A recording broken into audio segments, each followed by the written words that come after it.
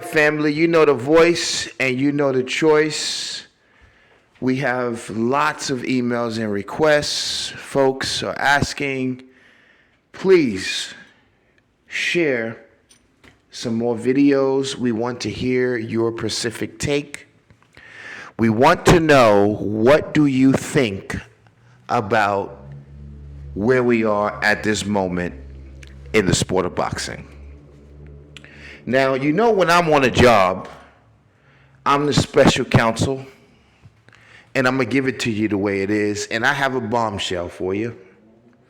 No, we don't have no recording to show you, because a lot of that stuff is capped. No disrespect to any of the journalists out there, any of the sports commentators.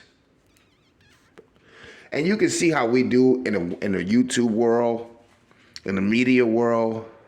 Just take a look at Takeoff situation. Everybody talk about breaking news, and it's the same bullshit story. It's just a little bit time for people to make some money out of this, and I'm not mad at nobody, and just to get clickbait. But what I'm about to do and what I'm about to tell you has nothing to do with clickbait. I'm going to keep it real with you. I'm going to drop a bombshell that I believe in my heart, you, the listener, you know what I'm saying is true. Now, let's just recap. Go and check Blue Bloods. No disrespect. Go and check Fanon and anybody else you can think about, and look at the timestamp of who told you that Keith Thurman would be going first. Peep game.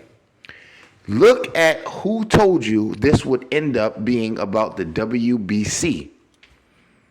It was me. It got to the point where I was so confident that Blue Bloods made a video about me and said, no name, no blame. There's certain individuals going around here talking about the WBC, the super champion, and all this other kind of stuff. Turns out, about a couple days later, here go Blue Bloods. Guess what? The WBC, he will not be fighting the IBF. Now, I just want you guys to understand how we are generally above what everybody else is talking about. And the reason why is because we take a look at critical things and analysis. Now, I'm going to tell you right now, 100% sure, Terence Crawford had zero interest in fighting Spence from the very beginning. This was all about clout. I'm going to say that again.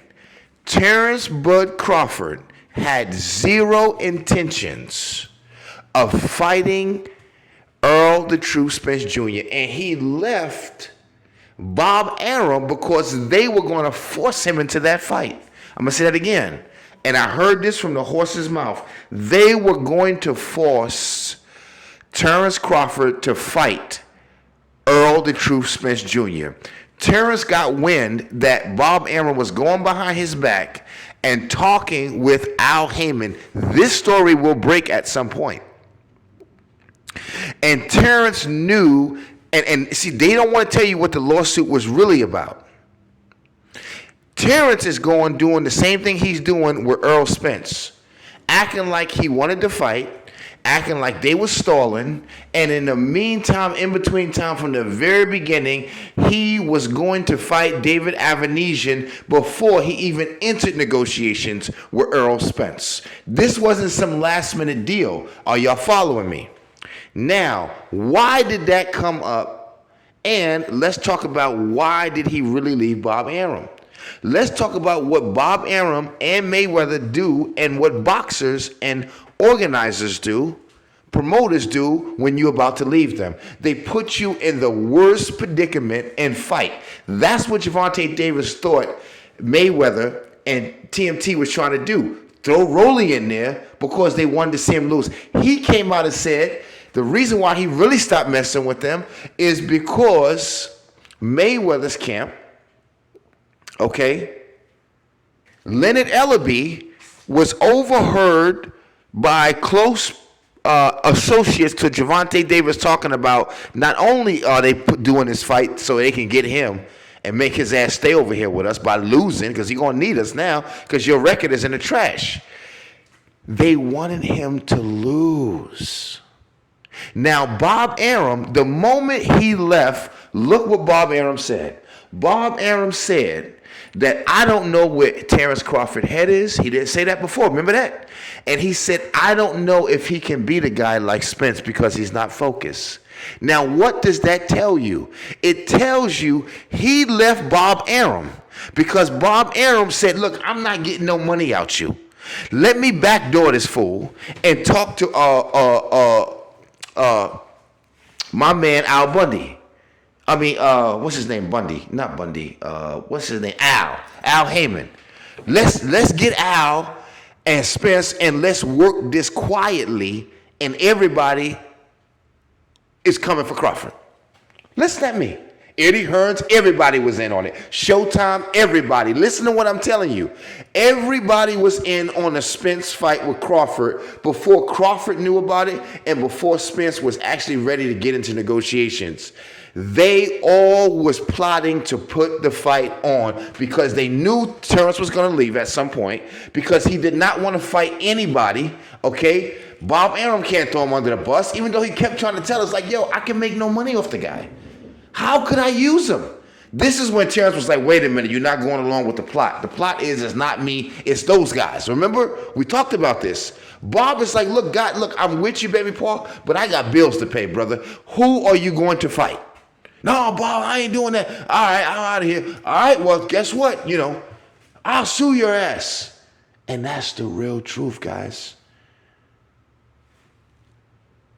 We're going to finish this in part 2, and we're going to get down to some more meat and some more details. I'm telling you the truth.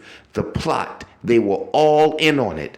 To this day, notice, Showtime never leaves Errol Spence's side. Never. The sanctioning bodies are not troubling him. They're getting out of the way. They're working with him. They're not tripping on him. Nothing is sticking for him right now. Oh, he got the IBF. Shit, the IBF out of here. The WBA done stepped up. The WBA done backed the fuck up. The IBF done stepped up. Shit, they thinking about negotiating now. Should we make the nigga a super champ? Let him move on and do things otherwise. They thinking about it. It's all on the table. Remember, the sanctioning bodies ain't got time to waste either. This was all in the making. Terence got wind of it. And I'll tell you how he got wind of it.